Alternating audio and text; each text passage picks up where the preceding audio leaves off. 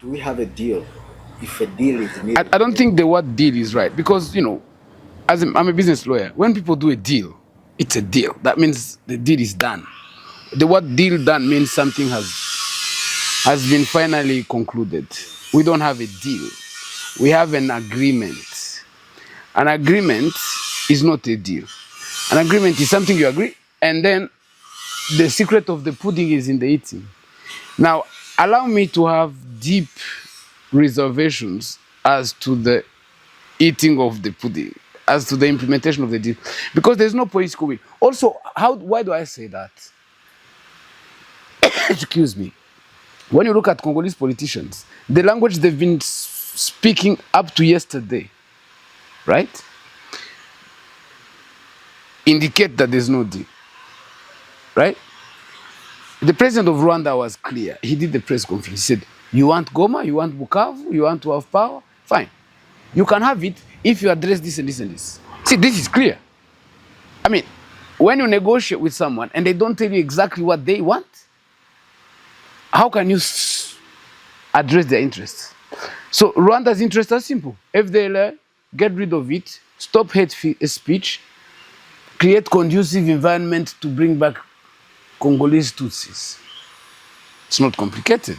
If they are not Congolese, they are not entitled to be in Congo, so they should be removed and told to go home.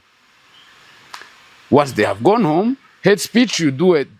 No one has ever been arrested, punished, or fired. The foreign minister of the DRC said, poison Rwanda, Rwandan poison. He did it yesterday again. If Nduhungirehe said, Congolese poison, you'd go to jail, not only be removed, but go to jail. We can't speak like that. So when a foreign minister says something like, not foreign minister, minister of communication says something like that, coins it as a daily thing. He's inoculating this alleged poison. He's RTLM. I compare Muyaya to RTLM, to Cantano, to Ferdinand Naimana, to Emeriki Valéry. So when someone is speaking like that, you cannot have a deal. Number one. Number two, the Congolese people are clueless about the deal. But you see, they want to cooperate in the implementation of the deal.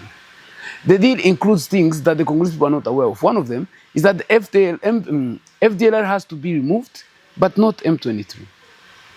The deal, it says nowhere that M23 have to be removed, because M23 are Congolese citizens. It doesn't say Rwanda should remove its troops from the DRC. This is the language of Kinshasa. It says Rwanda should reduce its defensive mechanisms. But when you have defensive mechanisms, it means you are defending yourself from a threat.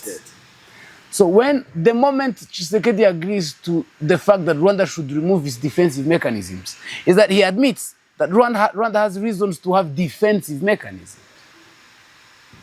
Right? So Tshisekedi doesn't speak the language of the deal. He speaks the language of the Kinshasa streets. Rwanda should remove its troops. Yeah, but the deal doesn't say that. There's no deal that says that. The deal says Rwanda should remove its defensive and offensive mechanisms. If Rwanda has defensive and offensive mechanisms, it means it's creating a buffer for its citizens to remain safe and sound. It says the DRC should neutralize FDLR. No one in Kinshasa speaks about FDLR, but FDLR is included in their army. They are captured on the battlefield. They are arrested every day. Some of them return voluntarily. So there's no deal. There is a declaration of intent. I know this why, because when Rwanda signs something, Rwanda will implement it. We Rwandan citizens hold our leaders accountable. Yes. The president did the press conference because he wanted to articulate to us what it involves. He used the right language.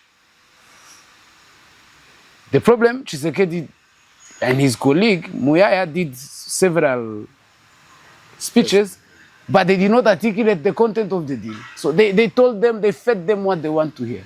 As a result, they are not creating an auspicious political and security environment in the Congo for the acceptability of the deal. Rwandans are ready to accept the outcomes of the deal. Congolese are not ready to accept the outcomes of the deal because what they have been told has nothing to do with the deal, So there are no alleged deal. assurances that the deal or the agreement could lead to concrete action. I cannot predict the future. I can only tell you, analyze. I'm not a prospective analyst. But from the look of things, up until yesterday, even today, the Congolese people are unaware of the content of the deal, which means M23 has to remain in DRC, and Doha will determine the modalities of their workings with the Kinshasa. Doha will determine how they share power, how they share federalism, how their security guarantees are established. That for M23. This is Doha. Rwanda and D.R de-escalate your rhetoric, but how can you de-escalate the rhetoric when someone tweeted on the same day, Rwandan poison? So the declaration of intent is there. Rwanda's intentions are clear, the US intentions are clear, but I promise you, once the deal is signed, nothing will be implemented on the ground.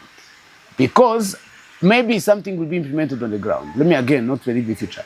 But if deals, past deals are something to go by, and if the behavior and the language and the rhetoric of the Congolese authority towards their own citizens are something to go by, Congolese people know that today M23 will start going back to Chanzu and Runyoni and refugee camps. That's what Congolese people think, because that's what their leaders made them believe. M23 is not going anywhere. These are Congolese citizens. They captured this land through their blood. They are not going to vacate it because Makenga, Willy Manzi, the governor of North and South Kivu, the soldiers, the city, that's their homes. There's no way they're going to leave that place. That's where they come from. That's where they live. There's no way they're going to be disarmed or disarm themselves before FDLR and any other Boimai, Wazalendu, whatever, have been disarmed. They have to protect themselves. When will this happen? When Tshisekedi has disarmed Wazalendu, Mai, FDLR, and this will be established in Doha. So, and by the way, this is what happens. It's very important to add this. Tshisekedi takes billions of dollars and says he's spending it on military, right? He has over 100,000 soldiers, mercenaries hired, foreign armies, even UN intelligence and UN contingent. He cannot explain to his citizens plausibly that all this plethora of useless force is losing against a small, ill-equipped, now very well-equipped rebel movement because it collected a lot of ammunition from the DRC. The only way you can explain that is by saying, oh, it's Rwanda we are fighting against. So even if Rwanda today said we don't have a single bird on 1 millimeter in the on Congolese soil, it will not make the Kinshasa army defeat M23. And Tshisekedi's excuse will always be, oh, we're not fighting Makenga, we're fighting Rwandan army. So even if we make these accusations will not stop because they will not defeat M23. They cannot. M23 is from there. A guy from, but you have to understand the Congolese country. People from Kinshasa have nothing to do with people from Kivu and have nothing to do with people from Kasai and have nothing to do with people from Matadi. This is fine if you build national cohesion. But when once you come to power, you bring all your cousins and nephews and so on and you make them cabinet members, no one feels the nationalistic spirit. As a result, no one from Kasai, Katanga wants to come and die in Kivu for what? He comes from his own village in his country. So deploying Congolese soldiers from here and there to come and die in the forest of Kivu, no one has that spirit. They don't have a nation. They have a few groups that put together. But you see, that is the weakness of the... And when you see that you're a soldier and you're dying and there's a mercenary who's being paid your lifetime salary in 1 month, a white guy, why would you fight? The moment you bring mercenaries, the soldiers are demoralized. They eat better food, they are better equipped, they are paid better, they use you like the houseboy, yet you are a soldier, national soldier of the national army. You cannot fight, which is why M23 is not going to be defeated. And also you have no cause. I mean, if you come from Kasai, What's your cause to die in Goma, in Kivu, in Ruchuru, and Masisi? Let me take you to the deal in the US. The US President Trump, the approach to this peace deal. One would ask what is in the deal for Trump and the US. Oh no, Trump, two things. Tshisekedi was clear. By the way, you will hear the rhetoric saying, oh, these negotiations imposed to us by the international committee. Who imposed them any deal? Let me take you back to the chronology of this. There was a Nairobi process. Nairobi process indicated that the East African force will serve as a buffer between M23 and the Congolese army. And this buffer, East African force, will occupy territory already conquered by M23. M23 will have to withdraw, leave a buffer, not the Congolese army to push back, but M23 will withdraw, avail this buffer for an East African force. This is the best example. And then this will facilitate the disarmament of FDLR, of Wazalendo, and so on, the integration and then cohabitation between these two forces. Yeah. Before the East African force deployed, Tshisekedi went to his citizens and promised them that East African force is coming to fight M23, which is what's happening today. You know, press conference, I can find you the video. In fact, it was untrue.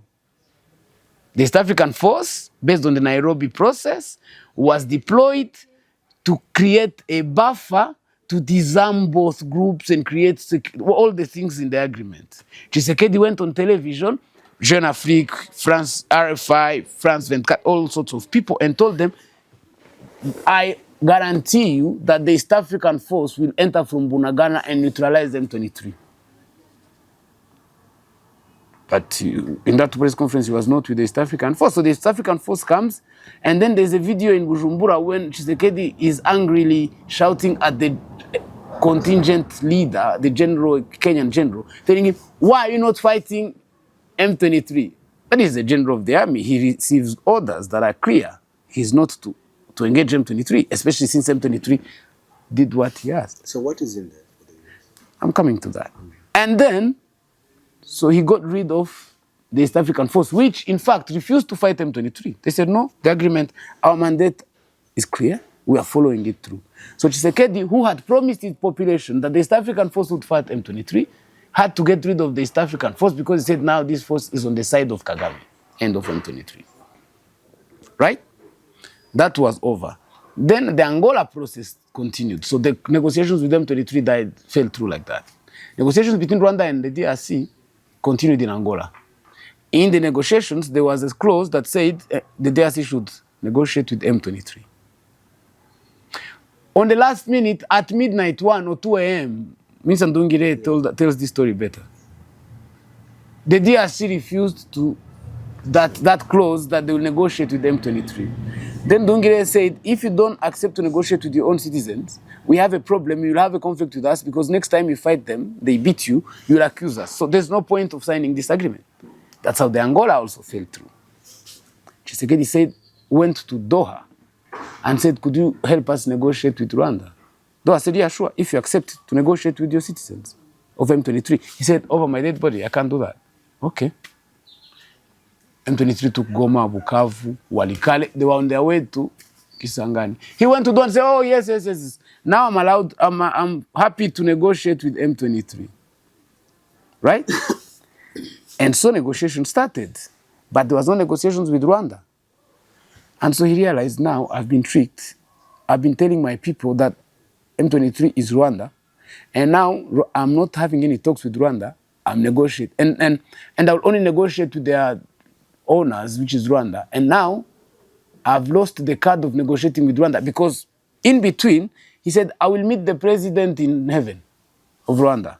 And I'm ready to attack Rwanda and so on. So he burned that bridge.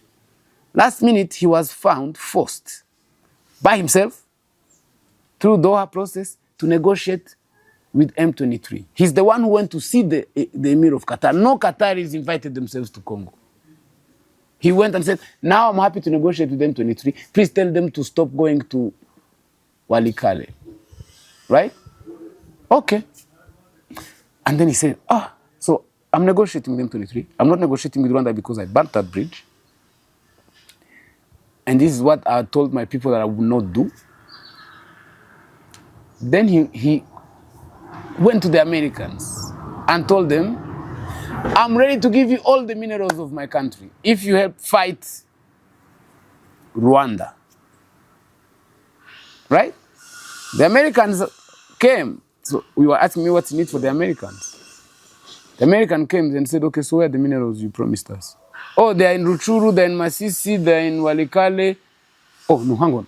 Okay, let's go. No, I can't go there. It's not controlled by me. This is, so you are giving us minerals you don't own, you don't have control over. What about the minerals in the rest of the country? Oh no, it's owned by the Chinese, by the Kazakhs, by the Jews, Israelis, by the Canadians, by so and so. So you invited us here to give us minerals you have no control over. So they said, no, we're not going to talk to you. We are going to talk to the people. That's how the Americans talked to M23 and told them, the Walikale that you control, we have a mine there called Alpha Mine. Could you please withdraw from 100 kilometers so that we collect our inventory and our equipment and get out? This is what the Americans did. M23 indulged. M23 always indulge. Rwanda always indulge. The Americans collected their belongings in the mine, their inventory, and then sold the mine to some, I think, Qataris and Chinese. So now, Tshisekedi told the Americans, so now that I can't give you mines, and now that you're talking to him, can you please facilitate me to meet? It was the Qatari emir. Tshisekedi capitalized. He's smart in that way.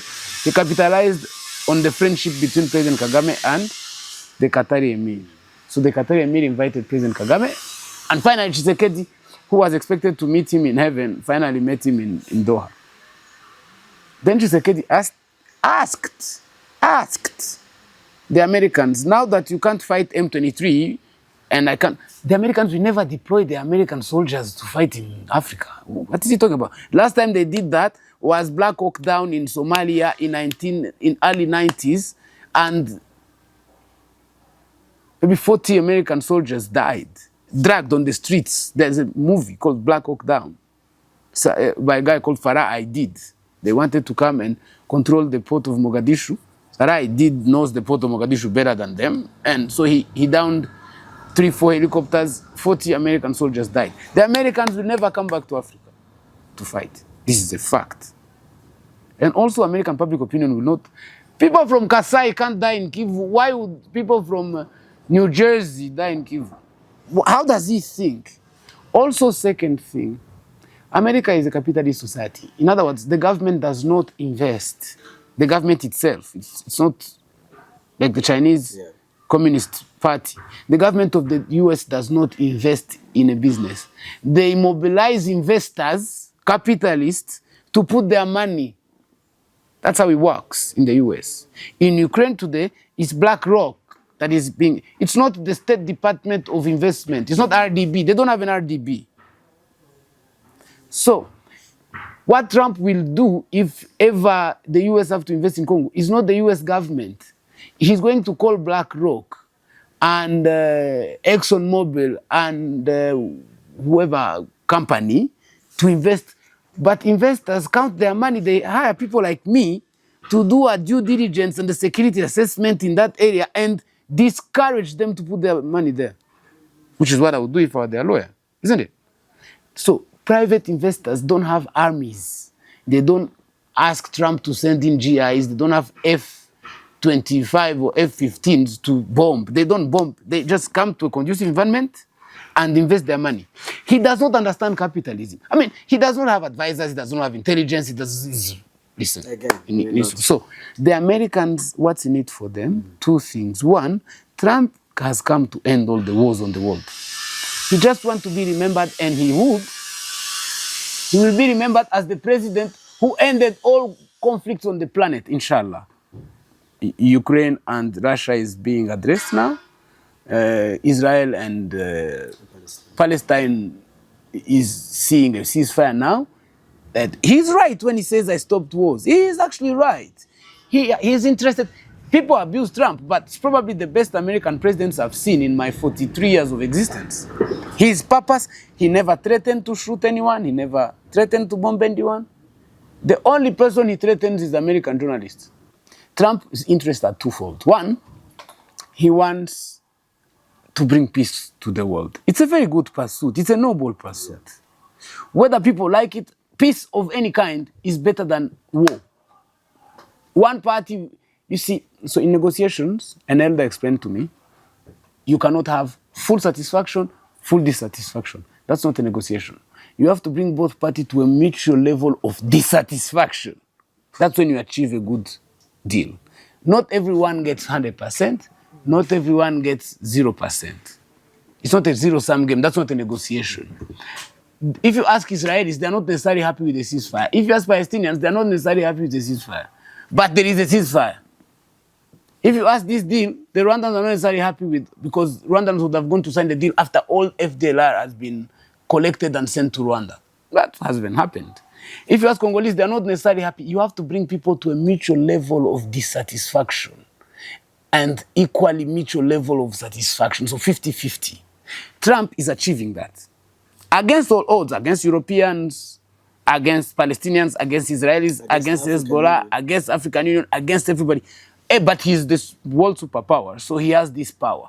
This power you can use for two ways. You can use it to bomb the entire planet, or you can use it to bring peace to the entire planet. People are saying he should get a Nobel Prize. Nobel Prize is small compared to what he's achieving. He wants to bring peace to the world, and this is a good thing. I'm sure you can see this guy, Masad Boulos. He's special envoy for Africa. He's juggling between M23, DRC, Sudan. So he's juggling all conflicts. I think Trump is going to move from one conflict to another, to another, to another, with some sort of not a perfect peace. The perfect peace is when the RPF gets to power, forgives all genocide perpetrators. It involves people from the previous government in the system. It was a personal initiative. No one else has done that in the history of mankind. To come and forgive people who committed the genocide, collectively, take them through gachacha, those who confess, you give them a pardon. And it comes from inside. It's very difficult to achieve. So that will not be achieved. M23 will not decide to do a collective suicide so that they don't exist in the Kivu anymore. Kinshasa will not accept to cut the East and give it to, right? Yeah. So therefore, we have to have a mutual degree of dissatisfaction, a mutual degree of satisfaction. That's how you achieve peace agreement.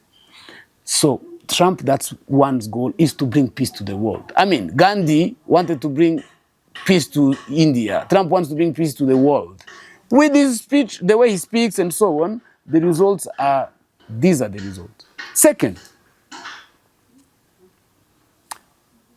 and it's a by the way, the Americans didn't come to Congo. Americans can access Congolese minerals in peace and in war, and they've been. I mean, the Alpha mine was functioning without peace, right? So secondary, what Tshisekedi is trying to, and what journalists are trying to run with, is that Trump has interest in the minerals of Congo. Trump doesn't mind. Trump is into real estate. That's his business. American businesses that are in mining in Congo can access these mines with or without peace. The main and the only goal of Trump, in my opinion, is to bring peace to the world, and in particular to the Eastern DRC. Now, by the way, as a side effect, when there's peace and conducive environment, American companies can access Congolese minerals in this technological transition, whatever. But really, if people are focusing on that, that's not what. In fact, Trump didn't invite them in the Congolese issue. Blinken, the Democrats, who have a bone to pick with Rwanda, because Rwanda does not believe in their patronizing and sanctimonious attitude to tell us that they invented thought and philosophy, and we should all stop thinking and do as they tell us. That's what Democrats, they have this messianic goal which doesn't sit well with us Rwandans. People think it's with President Kagame, it's with the rest of Rwandans as well. I'd rather die instead of doing the bidding of other people to decide on my livelihood. It's a Rwandan way. Musinga was exiled because he didn't want to be baptized. People think it's Kagame who started this. Musinga accepted to leave the country instead of being baptized. A few drops of water on his forehead. Right? Rwandans are like that. And this doesn't sit well with people with messianic complex. That's the beef we have with the Democrats. So Blinken wanted to do all sorts of, sanctions. Obama did sanctions, Blinken and so on. But the Republicans, they believe in strengthening governments, bringing peace and strengthening administrations that are in place so that they can deliver for their people, including delivering security. I espouse the Republican approach, and Trump is a Republican, and which is why he wants to strengthen the DRC government, strengthen the community in Kivu, the M23 people, so that they can have peace, eliminate all the forces that are destroying this peace. So that's what's in it for Trump, in my opinion. Very, very lastly, I take you back to question number one. Do we have any assurances? Are there any assurances that this deal could lead to something?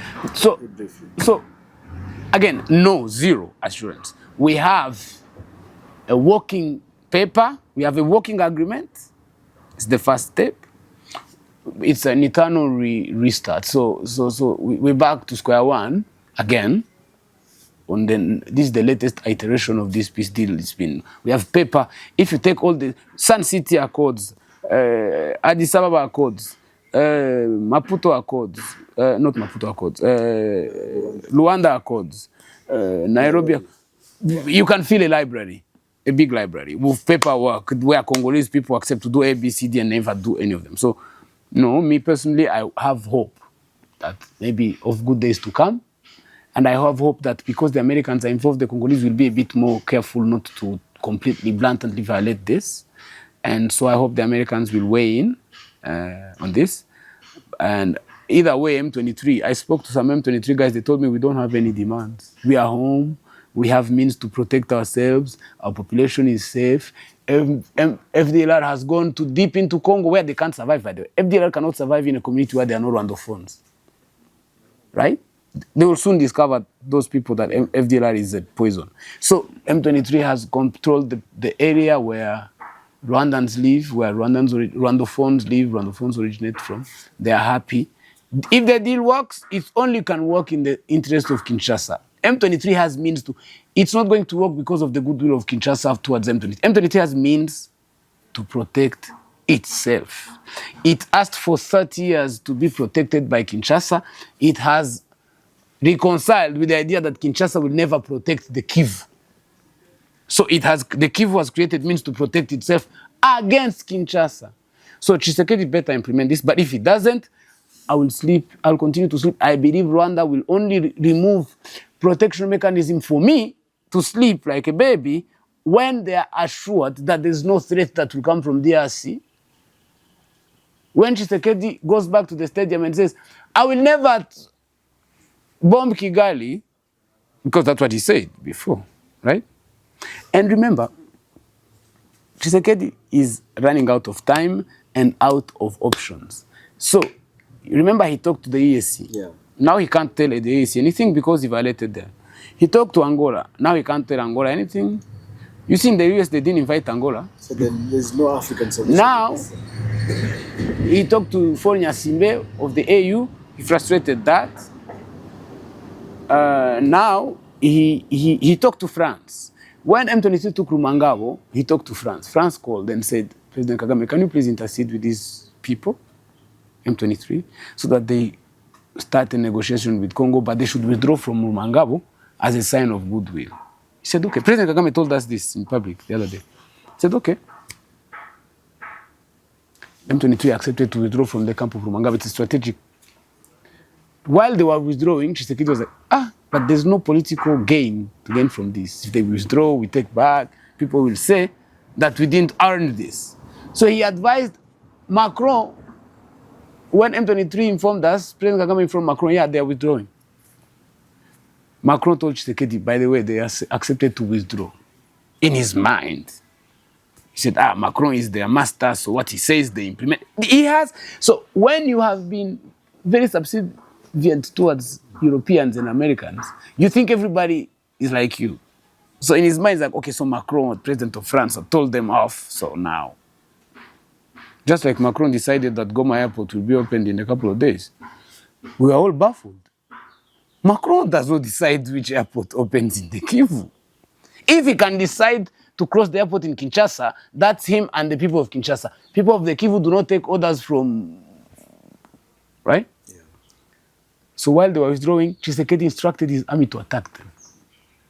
So instead of withdrawing, they actually turned back, defeated them, and conquered more land than Rumangabo again. So Tshisekedi cannot speak to Macron and ask him to say, which is why Macron's declarations are of no consequence to the Kivu, as you saw with the airport, whatever.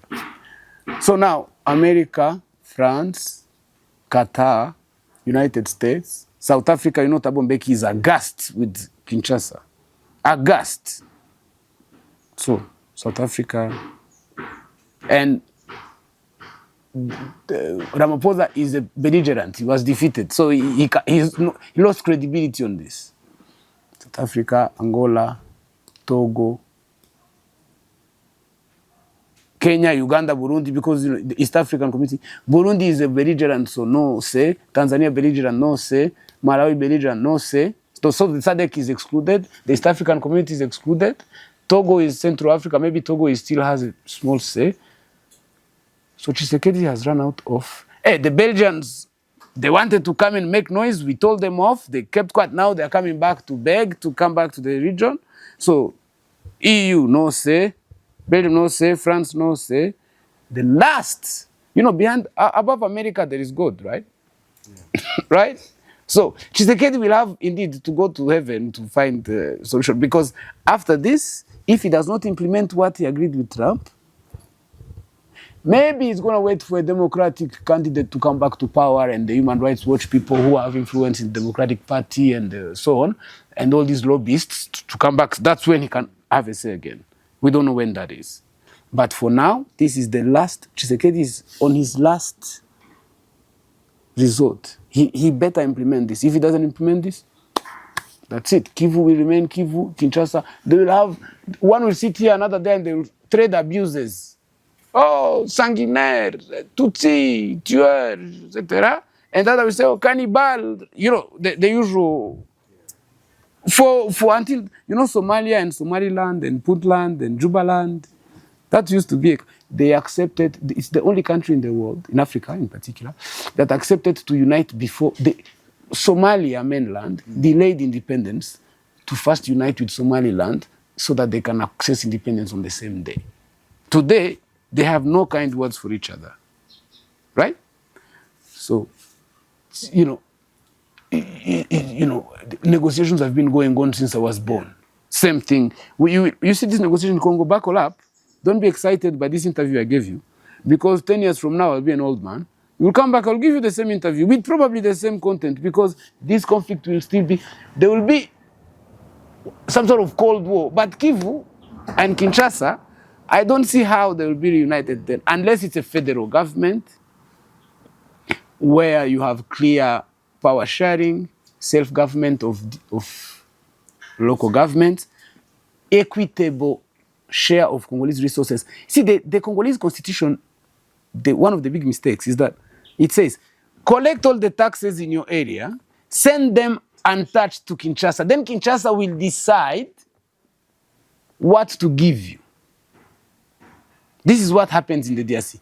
Problem is, they collect all the taxes, send it to Kinshasa, then Tshisekedi buys a Rolex watch and a new car and they do champagnes, while the people are waiting for the trickle down. Kivu would never accept this ever again. So whether they change their constitution, whatever, they will decide which tithe, you know a tithe in church, to send to Kinshasa. From now on, they will collect their taxes, they will organize their government, and they'll send a tithe to Kinshasa if Kinshasa behaves. A tithe, in the church. If Kinshasa, otherwise they won't even send them that tithe. From now until in the foreseeable future. And they will use this money. You can go to Goma now in Bukavu. Clean, like Kigali. Clean, safe. It's the safest area in the entire DRC. I was looking at the social media. People in Kinshasa cannot go out at certain hours because of muggings, kidnapping, killing, and so on. dirty, it's filthy place. So this is the situation now. Tshisekedi, if he's willing, in fact, he can even be straightforward and say, listen, it's true that FDLR was introduced in my army, not by me, but by my predecessors. And now, it's like if you have touched into water, you cannot come out dry, so there's water stayed on you. Please help us. And that's what they call the joint demobilization mechanism. Amani Leo, you remember those operations? Yeah, Amani, Kimia something? yeah, Moja Wetu. Moja Wetu. Right. So he can say again, so I have no capacity, because he doesn't, to demobilize FDLR. Please, Americans, Qataris, Rwandans, Burundians, Uganda, everyone, come and help me. Since FDLR won't demobilize itself, come and help me to demobilize it. The problem is if you remove FDLR from the Congolese army, there's no army. And he knows that. So that's the situation in DRC. Thanks a lot.